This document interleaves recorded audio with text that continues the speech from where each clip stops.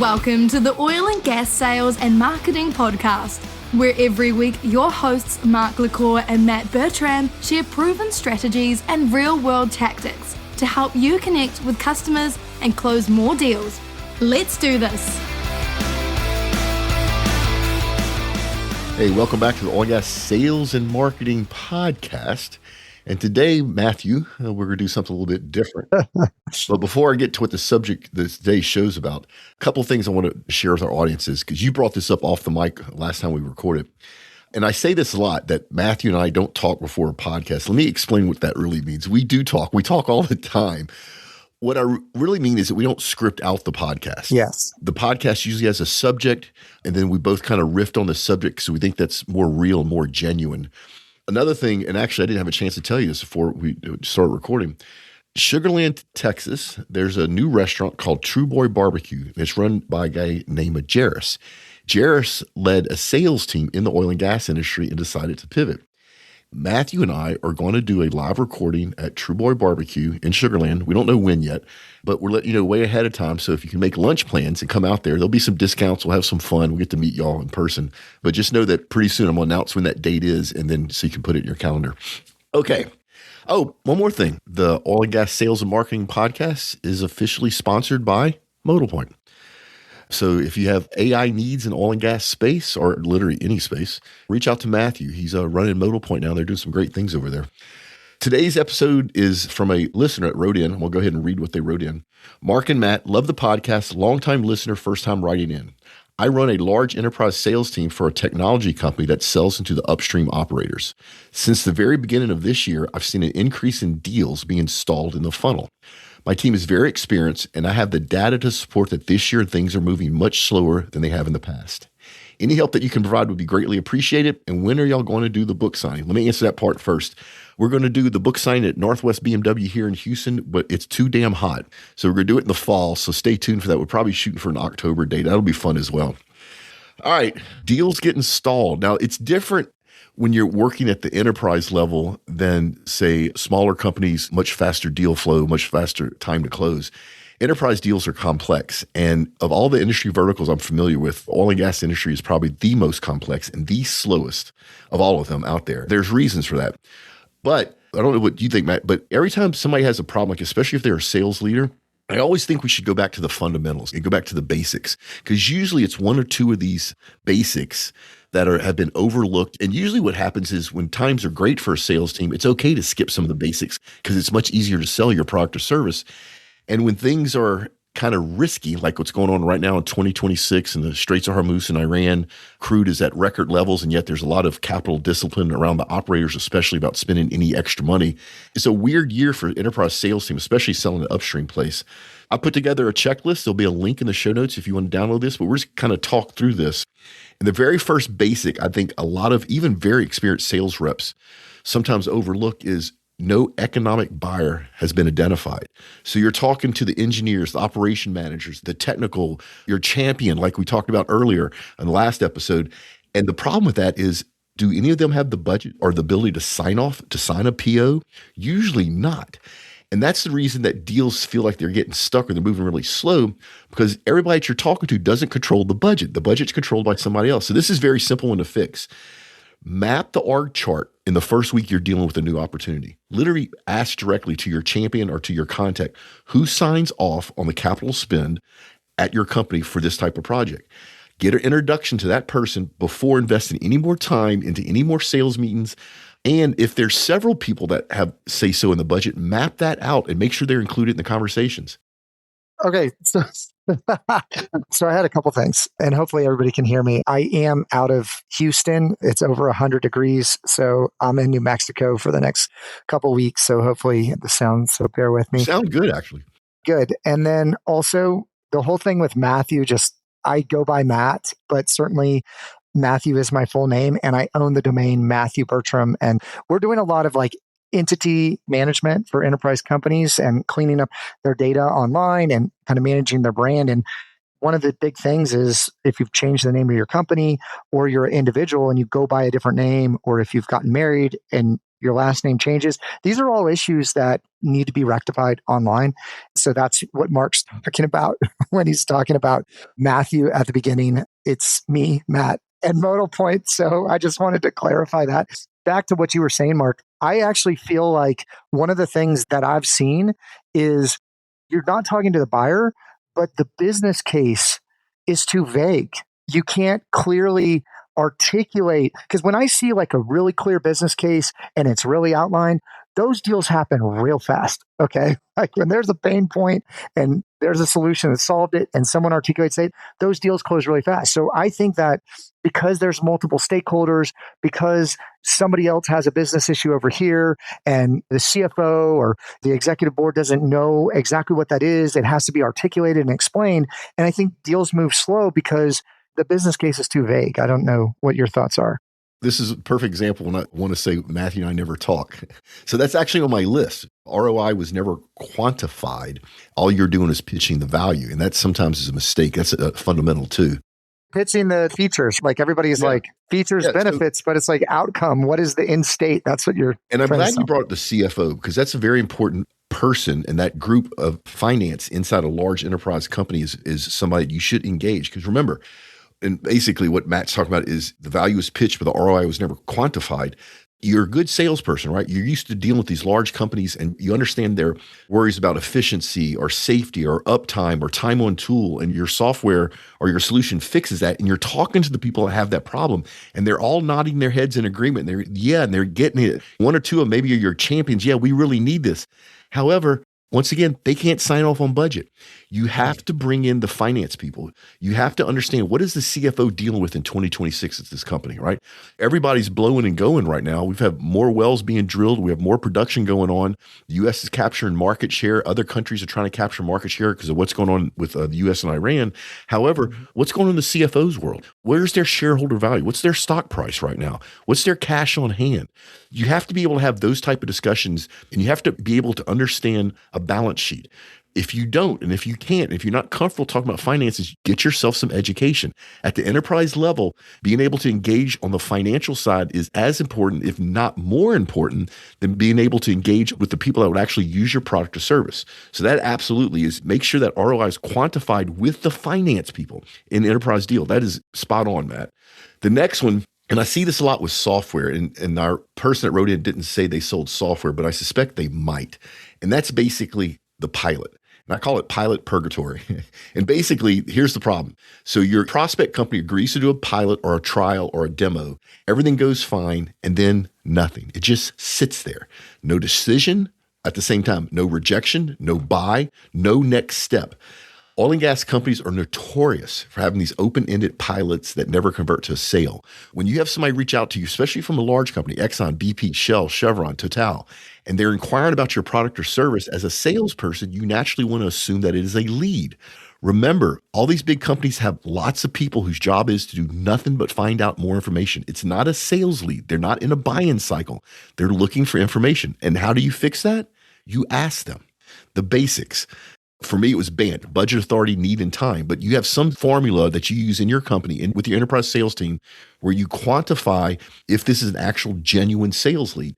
And a lot of times it's not. Even if you get to the point where you do a pilot or you do a demo, people on the other side of that table might just be learning. And the only way you're going to find that out is if you ask them, are y'all in a buy-in cycle? One of the things that I've seen, and I've dealt with this personally, so I'm talking like myself in the mirror here, but many times, if we do a pilot or a small engagement for somebody, if you don't roll that in to a bigger sale and you structure your agreement in that way, they have to remake a decision that they've already made to engage the pilot. So what I've found is if you can structure agreements where there's not a whole new decision set that has to happen. It's like, if you hit these metrics or we hit these KPIs that you define on the beginning, then we move forward. If there's a clear path to rolling into like a larger agreement or something like that, if you structure at the beginning, you're not having to make the sale twice, because that's what I'm seeing is happening is you sell the pilot, but then now you got to go back and resell it with all that information. And then there's a big gap there of like what you're trying to do. And is this a good sink of time or resources when you got everybody spooled up and like ready to go. Because some of it is like the client doesn't understand what you're providing or what it needs, but you know it's the right solution. If you know that and you've seen that before, try to structure your agreements where you don't get stuck in that pilot and they have to make that new decision. It just rolls into the next thing because you hit certain metrics. Hey, it's Mark LaCour, Editor-in-Chief of Oil and Gas Global Network. We want to give you something free for being a listener to one of our podcasts. It's very simple. Go to YouTube, search for OGGN, then comment on any video. Send us a screenshot of your comment to marketing@oggn.com, and we will send you a free OGGN hardtop laptop sticker and a temporary tattoo. Once again, super easy. Just go to youtube.com, search for OGGN, comment on any video, send us a screenshot of your comment to marketing@oggn.com. We'll put some free swag in your mailbox right away. Yeah, and then you brought up something good. Remember, as an experienced enterprise salesperson selling to the upstream space, you sold this 100 times, maybe 300 times. Your client may have never bought this one time. So to Matt's point, to you, it's just common sense. You've seen the problem cycles before. You've seen how your solution fixes that, but they don't know this. They haven't sold it 100 times. This might be the first time they bought it. The other thing, and I love how you put that together, Matt. So here at OGGN, when we do projects for our clients, we never do a demo or a pilot unless it's woven contractually into a bigger deal. There's a cost. Even if you're a large company, there's a cost for you doing a pilot. There's even a cost for you doing a demo. Usually you fly in a couple sales engineers, there's hotel rooms, you always go out for steak dinner. Somebody has to actually put the presentation together to fit the customer. And so there's a cost to that. And you should not eat that cost. And it's another way to verify if they're in a buy-in cycle or if they're just looking for information. Because if you structure the pilot or the demo in a way that's one of the steps in your buy-in process, remember we talked about this before, that the sales rep should control the buy-in process, you will quickly find out if they don't have budget or any desire to buy anything, they just want to learn. Now, if you're in that case, this is where marketing comes in very strong. You figure out a way to put them on a drip list. And if you don't know what that is, go back and listen to an old show or call Matt. Nurture, yeah, a nurture campaign. You can do that with retargeting. I think retargeting is really underutilized. Like if someone's been to a certain page or a downloadable that's a PDF or whatever, you can put them on a list, you can rate them, and then you can show them ads either on social media, on the platforms that they're on. You can hit them with emails if they give you an email. There's lots of ways to reach people and stay in front of people as you build that target persona. But once someone knows your name and knows your brand, it's like a 0 to 1 and the targeting goes way down. So if you have tight budgets, if you spend more money on that kind of middle of the funnel or the messy middle to pull people over when they're ready to buy so you don't lose them. I just know salespeople, and myself included, you build great rapport with people and the timing might be off and you want to stay, like you want to keep them warm. How do you do that programmatically? How do you do that through automation? How do you do that at scale? And tools like AI and agentic can help with that, but you should really define what that customer experience looks like. You can set these things up where you can stay visible. And one of the biggest compliments, Mark, that I've ever gotten is on a number of like campaigns that we did. They're like, you're everywhere. You're everywhere. Like, I can't get away from you. You're everywhere. And that's what you need to be there. That's why you give the pens and pads to make sure that when they're ready to have the decision, you're at least top of mind and you're in that decision category of the selection. And that's most of what the sale is after they know clearly what it is you're buying, is making sure that they're comfortable with you, they remember your business, and you're staying in front of them. I don't know. No, you're spot on. That's the formula I've seen. But we have like 6 more of these to get through. The next one, I call it budget cycle blindness. I'll give you a perfect example. One of the big 5 consulting companies is getting ready to be a new sponsor here at OGGN. Their fiscal year ended in June, and it starts brand new in July, which means that there was no new spending at the company in May because they're into their fiscal cycle, which did not line up the calendar year. Imagine my salesperson trying to push for a deal and not knowing this. And they would have tried to push it in the middle of the summer, which is like, great, you don't have a lot to do. You're a huge company. You have lots of revenue. If she didn't ask, what is your fiscal calendar year, and learn that, she would have not known this, and that deal would have stalled. And it's something as simple as asking, is your fiscal year lined up with your calendar year? And a lot of companies, in oil and gas, it's not. Ask about the capital planning calendar. Your buyers will know what that is. Don't ask on the fifth or sixth time you talk to them. The very first call, what everybody calls a discovery call, that should be one of your questions. What is your capital planning calendar? When do we need to get into that planning cycle to be able to buy? For all you know, you can be having a conversations with the client in 2026, but because of that capital budget cycle, they may not be able to buy till 2027. Now, it doesn't mean you can't sell to them, but it changes the deal flow completely. And you would market in your CRM that this is a deal to close next year. And that's another reason deals stall is you don't understand that budget cycle with these large enterprise clients. Next one, and this one's really, this in the last 8 years, this problem has grown and grown and grown and grown and grown. When I was younger, Matt, selling to this industry, there really was a decision maker. It really was a person a lot of times. And it really happened that if they liked you, you played golf with them, you took them out to eat, you were more likely to close a deal. And we've talked about this before, that has totally changed. So now the problem is there's too many stakeholders in the decision-making process, and a lot of them are silent.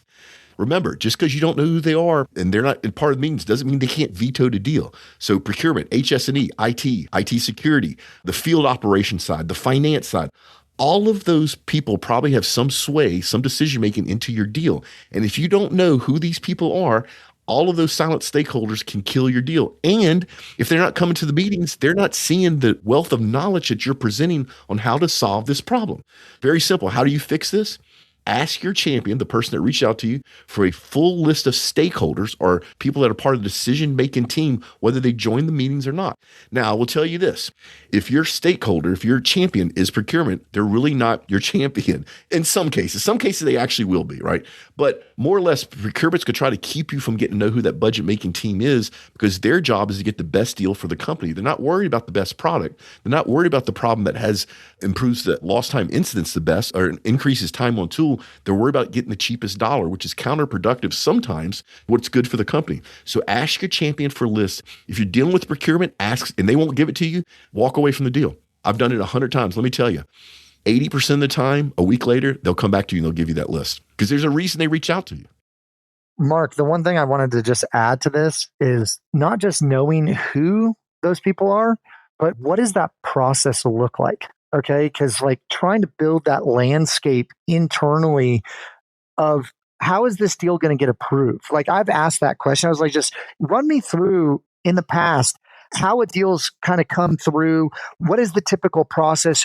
Who looks at it next? Like how do y'all make that decision? Understanding the landscape internally helps you know what assets you might want to provide that can get passed around internally. Who might you need to get a call with? Who might be a blocker? Some people just want the executive summary. They just want the executive summary. They're not going to get that full depth of knowledge and what it is. And some people really might be in the buying process at a bigger company, but they might not really care about this thing. They might be involved, and there's different motivations. Really understanding what that looks like on how a deal has navigated through to land, I think helps you with figuring out how to deal with these different stakeholders. 100%. We've talked about this on previous shows. Ask what their buy-in process is. If it's a large enterprise oil and gas company, they have a buy-in process. Now, this doesn't mean that as the rep, you still can't control the buying conversation, but they will have a buying process. And if you ask them, they will give it to you. Well, I think like the buying conversation and the buying process, people will tell you what their buying process is, but that's not really their buying process. What I've seen, like there's exceptions if the exception is benefiting them or the company, 100%. I think I've said this on the air before. We have extremely large Fortune 100 client that it's so hard for them to get a PO internally. They just pay us on their company credit card. Now, this violates their own internal financial policy, but it's not my company. And so I'm letting them, I'm not going to say no to that, but Matthew's right. If they want to buy your stuff, they'll figure out a way to do it. And I think you want to ask, like, because they're going to give you, if you don't know them, if you're not warmed up to them, they're going to give you what the standardized process is. And that standardized process, when I like map it out of like what's happened to close the deal, there's so many different kind of steps and components to be able to do that. And then if you're trying to sell into a different division of that company or get to know a sister company or whatever, having that contextual understanding of how these things work together, even beyond the official policy, I think is really, really important. No, it really is. Okay, the next thing. Now, one of our previous episodes, we talked about how to support your internal champion.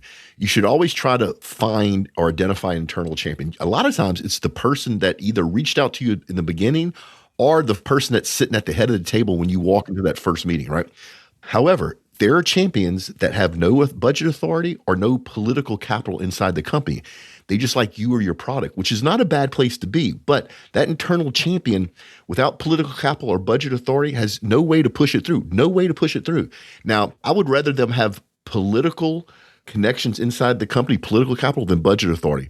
Just because they have budget authority doesn't mean they'll buy from you. But if they have political capital, if people respect them and appreciate their work, they can sway others. And if you don't know what I'm talking about, go back and listen to our previous episode about supporting your internal champion.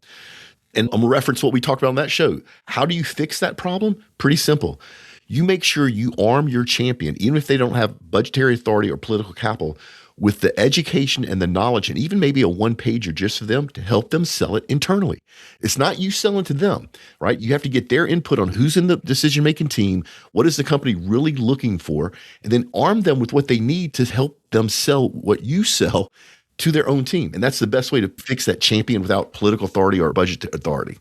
Well, Mark, I would tell you too that a lot of times some of the people that are your champions are the person that they've engaged to go do a bunch of the research and find like the top 3. And then what happens, this has been my experience, I've gotten pulled into rooms or calls where you have all these different stakeholders on the call, and they all have different levels of knowledge about your product or service. And they start asking a lot of different questions, and it becomes unproductive because different people are at different levels of what that is. So what you were saying about giving the resources and tools to kind of explain it for you and help them look good and sell is a lot of it, right? Like, it's not what you're saying, it's what they're saying, and they know how to word it and the vocabulary and the different political issues that are going on to help it get through. But a lot of times different people have different knowledge levels of what you're offering. And if you put them all in a room together, it doesn't always go well because you're going to be having multiple tracked conversations. What is your thoughts around how to prevent that, or if you get in that situation, how to deal with that if you've been in that situation? So the first thing is you got to take yourself and your knowledge and your experience out of this. Remember, you're trying to educate and basically arm your internal champion. He or she is trusted. They work for the company that you're trying to sell to, right?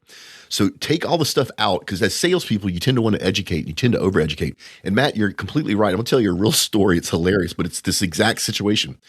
When we sell a sponsorship, most of our sponsors are looking for organic brand recognition in oil and gas. Basically, they pay us to be a sponsor of a podcast so that we can interview their subject matter experts, their clients, so the oil and gas industry learns about this company and what they do, and then the sales naturally follow, right?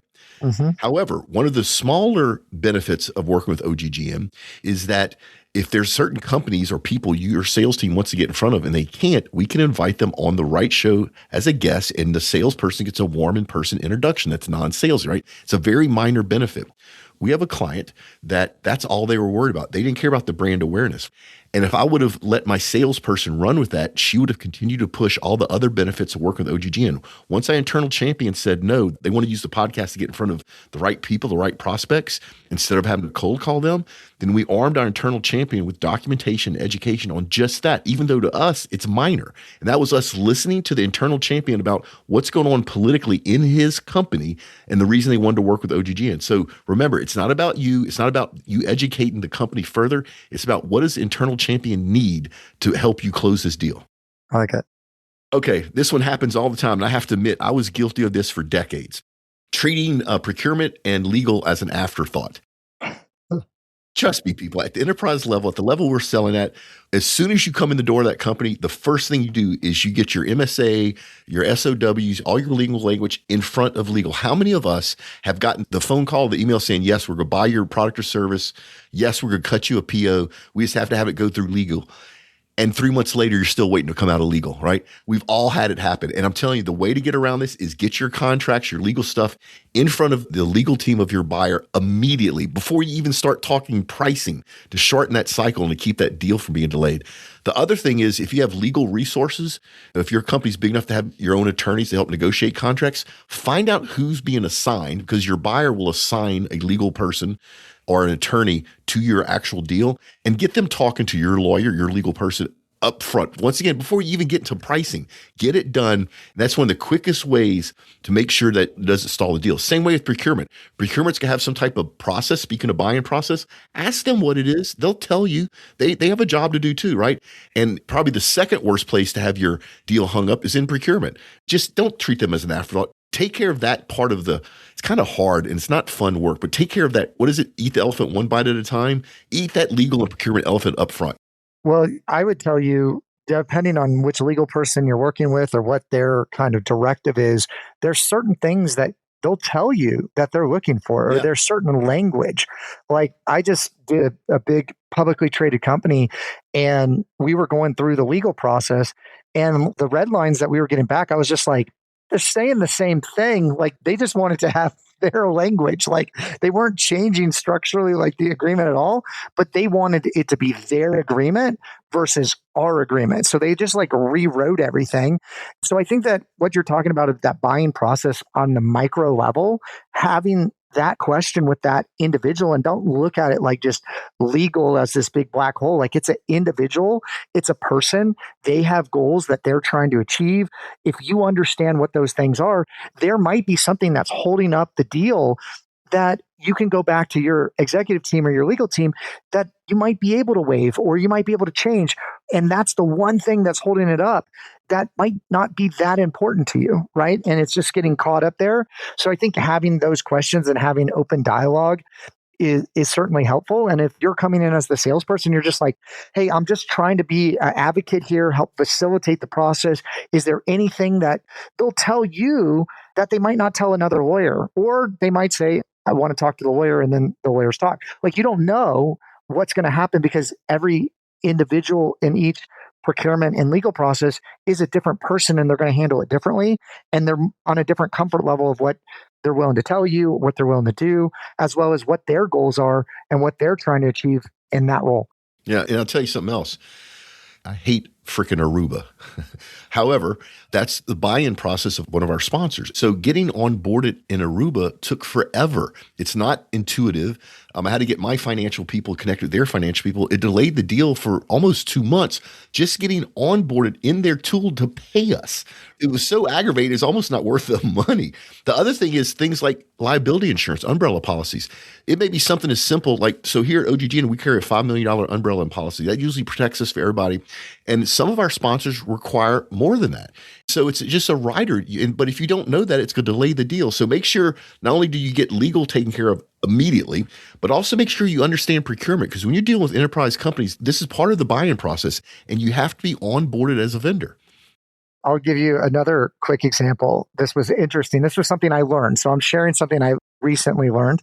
We had a client that's been a client for a lot of years, and they always pay by check. And I hate clients that pay by check. Like I'm big forward of crypto, right, guys? Like it's all coming. But I think that payments, I hate companies that cut checks and send checks. And there's a lot of stuff that's happening in the mail that you can't even trust and all that. But here was the crazy thing. So this was a 6-figure check. They normally cut us a check. I'm actually in New Mexico and we had to go pick up that check. And I was like, we can't pick up a check. Like, I'm not going to go pick up a check.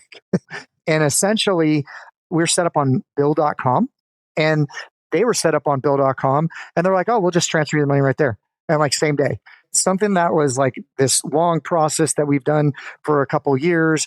It was an immediate transfer. It was so understanding how they pay and what their infrastructure is can be really helpful. And I know that that might not be relevant to everyone, but that was certainly relevant to me. And sometimes you have to wait on like long-term payment terms.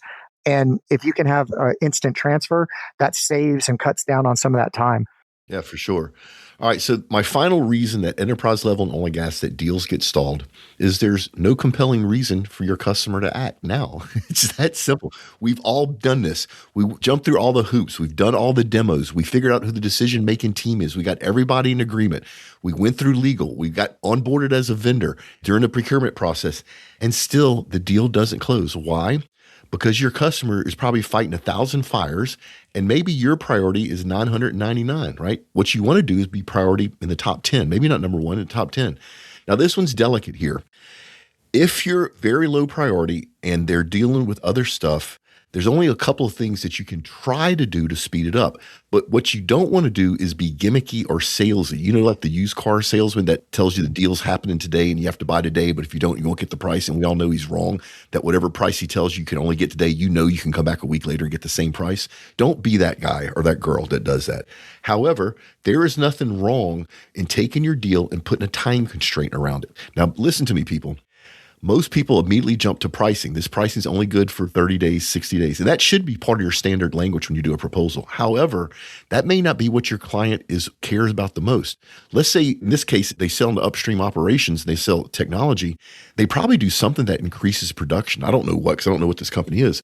But what if you told them that instead of the pricing deadline, that you only be able to have your implementation engineers available for the next 3 months for them? That's a different lever to pull, right? So now you're telling them you can buy whenever you want since this deal is stalled. However, if you want us to actually implement it, you have 90 days. Sometimes that is a better lever to pull than to say pricing's only good for 30, 60, or 90 days. And be real careful. Once again, be genuine, be real, be transparent.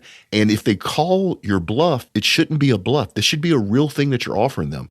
And if they don't close the deal in that time frame, then they want to close it a week later, don't jump through hoops to get your implementation team to do it because they missed that window. You got to be real here. So that's one of the few things I know how to speed things up. But if you're in that place where there's no compelling reason to act by your client, that's a really hard one to get around. And that should have been something you figured out in the beginning of the deal, in the discovery cycle. Was there a time element around them solving this problem by buying your service? Okay, two things. So both sides, you want to also ask, are they talking to other people and where they're at in the buying process? I think that's one of the first things you should always ask. I think that goes without saying. On what you were just saying specifically, though, in the manufacturing space, typically prices, depending on what it is, go up every year at a certain time. They go up every year. And not everybody that's buying always knows that. But what I have seen it like clockwork. Everybody waits till the last minute. They know that there is a real constraint here. The price is going to go up by 5% or 7% or whatever, and they're notified in that. And then at the last minute, because everybody's priorities change based on deadlines, it bubbles up to the top. And then everybody's like, I want to buy at the same time. That is also something serious to deal with as well. And there's ways to give kind of incentives or to let people know ahead of time so you're managing it more effectively. Audience, I put a checklist together of everything we discussed. There'll be a link in the show notes to click it. That should be something that you should keep in a notebook on your phone somewhere, or if you're old school, print it out and keep it in your binder or whatever. And just go through. It's a mental checklist to help make sure these deals don't get stalled. Our 2 newsletters are out there. Once again, they've sold out for all of this year, but they're still very useful. Our events newsletter and then our weekly update. All of Matt and I's social links are in the show notes as well. This is the time to do our LinkedIn fail or tip of the week. And Matt, I don't have one this time. Do you? Well, one of the things that I'm starting to do a lot more of is there are terms of use guidelines around what you can do with LinkedIn, but they're starting to add different apps and tools that you can use. And there's a lot of workflows that you can build if you're posting, because only a very small fraction of people are posting, where you can create a content calendar and then manually post it, or then there's even tools that like help you do that. But LinkedIn's starting to open up their terms of use and allowing like approved tools to be able to do different things. So that would be something I would look at, because that's another way to stay top of mind with people, is to become a thought leader and post content. Matt, if I'm not wrong, LinkedIn used to frown upon that. In fact, I know several companies that took the time to write code and built tools to automate stuff on LinkedIn. And when LinkedIn found out, they killed the API that they built and they killed the connection. So now LinkedIn looks like it's actually encouraging that, which I think is awesome. Yeah, so I just think things are changing. Stuff's shifting. One of the things that I was trying to do with LinkedIn recently, this could be a tip as well, I was having trouble. You used to be able to download all your connections, all your contact information, everything like that. I tried to do that recently, and I might have been doing it wrong. They moved stuff, I don't know, but it didn't give me their email address anymore. It took that away. And I always thought that was weird that they gave you that, but I wasn't complaining about it. But we were setting some stuff up, and that was kind of something new. So leave us a comment if I misspoke, correct me. But LinkedIn has become like a center of gravity with marketing to business. And I don't know how many businesses I've still seen that their business profile is not really filled out totally. The individuals on the executive team are not sold out. And we were doing this reputation management for a new client actually in the oil and gas space. There was a past employee that started posting a bunch of negative stuff, and there wasn't anything online to combat it. And then there wasn't anything even online to really know that this was a great company that's been around 75 years or whatever. And then the individual had some great stuff about him PR wise, but it wasn't linked to the company and it wasn't even on his like LinkedIn profile. So there's a lot of kind of this entity work that we're doing in addition to implementation that I think is starting to be really, really valuable. And like fill out your LinkedIn profile. I know that that's like the most basic tip, but a lot of people in oil and gas are not doing it because maybe they don't want to get contacted or you're like, oh, that person was just looking for a job. I think LinkedIn's changed quite a bit and you want to put your information out there and the algorithm looks at actually what's in your job title, your description, your headline, and that impacts the visibility that your posts get if you're posting on topic. So there's your tip. There's a technical tip. Good stuff. And if y'all need to get in deeper in that, go to modalpoint.com, reach out to Matthew and his team, and they'll be happy to help you. One more thing, if you like the fact that we answered a listener's question or hopefully helped them solve a problem they were having with their sales team, you can reach out to us on any social media platform out there. You can actually go to the OGGN website. There's a place you can fill out a form and leave it. And we're happy to read your question on your air and see if we can help you with it. All right, Matt, it's time to get out of here. Remember, make a difference and not a sale. Thanks for listening to OGGN, the world's largest and most listened to podcast network for the oil and energy industry. If you like this show, leave us a review and then go to OGGN.com to learn about all our other shows. And don't forget to sign up for our weekly newsletter. This show has been a production of the Oil and Gas Global Network.